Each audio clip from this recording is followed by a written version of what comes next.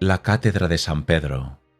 Con frecuencia se oye hablar de las prerrogativas de la corona, del heredero, del trono, etc. En estas frases la insignia regia simboliza el oficio. Exactamente la misma metonimia se emplea en materia eclesiástica. Sede significa cátedra, de suerte que Santa Sede quiere decir Santa Cátedra.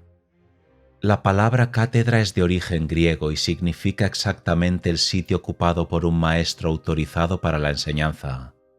Así, cuando se habla de una decisión ex cátedra del Papa, se trata de una decisión en la que el sumo pontífice habla como maestro universal de la Iglesia.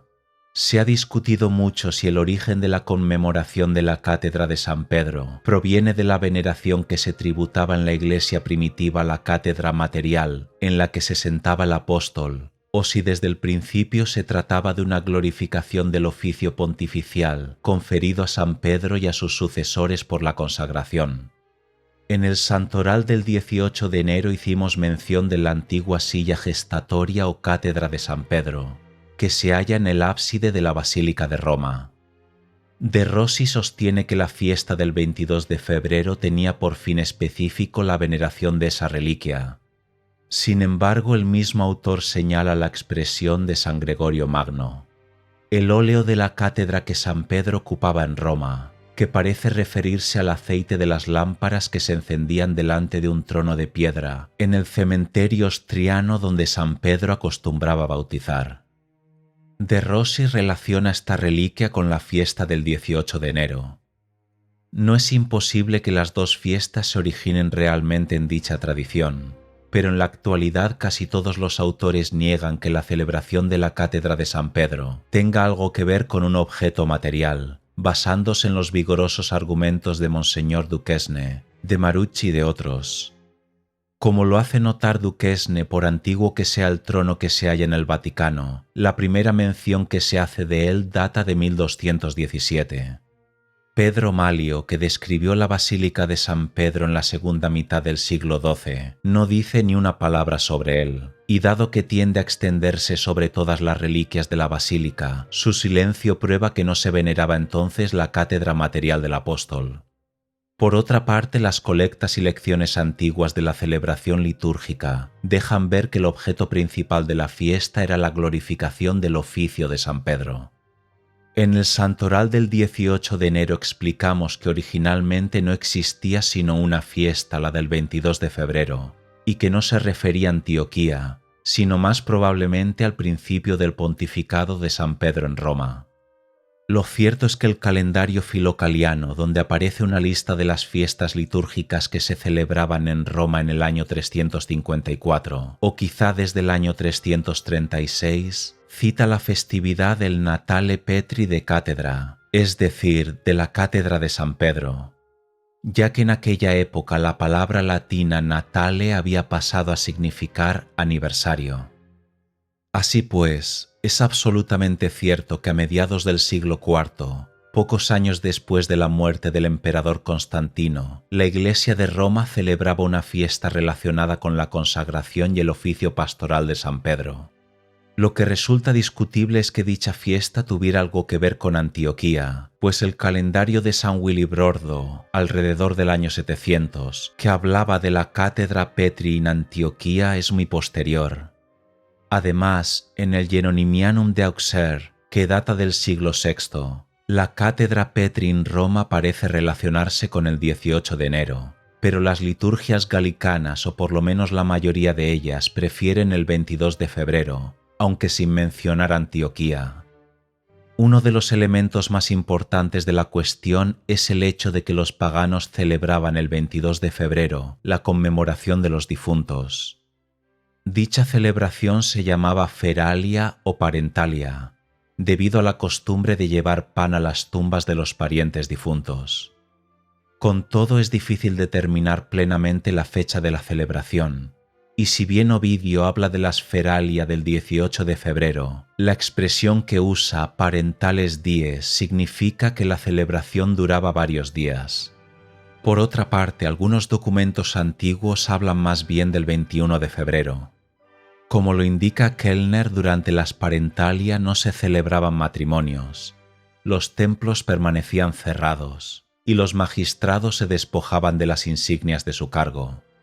A la conmemoración de los difuntos seguía el 22 de febrero la fiesta de los parientes vivos, llamada Caristia o Cara Cognatio.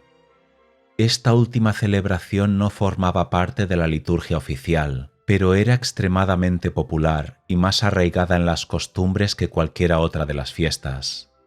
Esto nos hace suponer que la institución de la fiesta de la Cátedra de San Pedro tuvo originalmente la finalidad de sustituir los ritos paganos, como el 1 de enero en relación con la celebración del Año Nuevo, y la fiesta de la Purificación que sustituyó las Rovigalia y las Lupercalia. No faltan documentos que confirman esta hipótesis. Por ejemplo, el calendario de Polemio Silvio, compilado en la Galia hacia el año 448, dice el 22 de febrero: la deposición de los santos Pedro y Pablo. En otra época se hacía mención de la cara cognatio o queridos parientes, porque en el momento en que se celebra a los muertos hay que olvidar todas las diferencias que pueden existir entre parientes.